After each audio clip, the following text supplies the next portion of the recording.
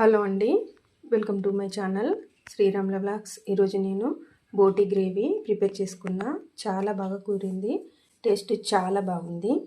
బోటి అంటే చాలామందికి ఇష్టం ఉండదు కాబట్టి తినడానికి ఇష్టపడరు. ఒకసారి నేను చేసిన వేలో రెసిపీని ట్రై చేయండి. ఇది మటన్ కంటే కూడా చాలా టేస్టీగా కుదిరింది. తినని వారు కూడా ఎంతో ఇష్టంగా తినేలా కుదిరింది. ఈ బోటి గ్రేవీని రైస్తో తినవచ్చు, చపాతీ, రోటీ, అదేవిధంగా పూరితో కూడా తినవచ్చు. ఎంతో టేస్టీగా ఉండే ఈ కర్రీని మీరందరూ తప్పకుండా ట్రై చేయండి. బోటి గ్రేవీ ప్రిపరేషన్కు బోటిని ఇలా శుభ్రపరచుకొని ఒక బౌల్లోకి తీసుకోవాలి. ఇందులో ఇంకేమన్నా డస్ట్ మిగిలి ఉంటే మనం గ్యాస్ పైన వాటర్ వేడి చేసుకొని కొంచెం సాల్ట్ వేసుకొని పసుపు వేసుకొని బోటిని ఈ వాటర్లో వేసుకొని ఉడికించుకోవాలి. వేడి నీటిలో సాల్ట్ మరియు పసుపు వేసుకొని బోటిని ఉడికించుకోవడం ద్వారా ఇందులో ఉన్న డస్ట్ మొత్తం పోతుంది కాబట్టి బోటిని ఇలా ఉడికించుకోవాలి.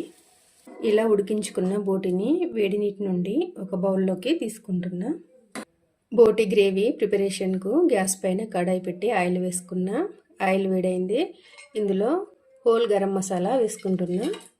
కప్పు ఆనియన్ ముక్కలు వేసుకుంటున్నా. గ్యాస్ని మీడియం టు లో ఫ్లేమ్లో ఉంచుకొని గోల్డెన్ బ్రౌన్ కలర్ వచ్చేంత వరకు ఈ ఆనియన్ ముక్కలు వేయించుకోవాలి. ఒక స్పూన్ అల్లం వెల్లుల్లి పేస్ట్ వేసుకుంటున్నా. అల్లం వెల్లుల్లి పేస్ట్ పచ్చివాసన పోయేంత వరకు వేపుకొని ఒక 2 పచ్చిమిర్చి చీలికలను వేసుకుంటున్నా.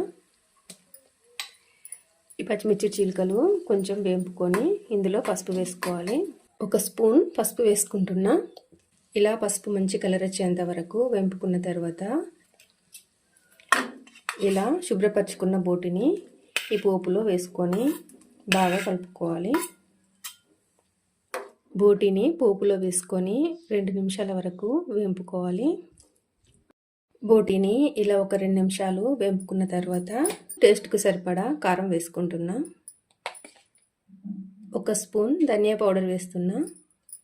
ఒక స్పూన్ గరం మసాలా వేసుకుంటున్నా. ఈ ఇంగ్రీడియంట్స్ అన్నీ బోటికి పట్టే విధంగా బాగా కలుపుకోవాలి. గ్యాస్ను లో ఫ్లేమ్లో ఉంచుకొని ఈ బోటి గ్రేవీని ప్రిపేర్ చేసుకోవాలి. బోటిలో వేసుకున్న కారం, ధనియా పౌడర్, గరం మసాలా బాగా కలుపుకొని ఒక 2 నిమిషాలు ఉడికించిన తర్వాత గ్రేవీకి సరిపడా వాటర్ వేసుకొని ఒక 5 మినిట్స్ వరకు ఉడికించుకోవాలి.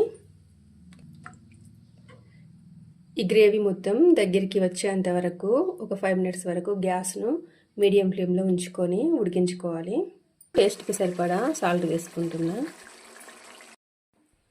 చూడండి, బోటి గ్రేవీ ఉడికింది. కొత్తిమీర మరియు పుదీనా వేసుకొని బోటి గ్రేవీని ఒకసారి బాగా కలుపుకోవాలి.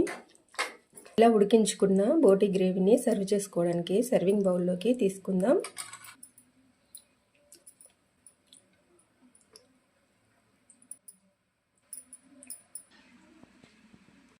చూడండి, బోటి గ్రేవీ చాలా బాగా కుదిరింది. టేస్ట్ చాలా బాగుంది. ఎంతో టేస్టీగా ఉండే ఈ బోటి గ్రేవీ కర్రీని నేను చేసిన వేలో మీరందరూ తప్పకుండా ట్రై చేయండి.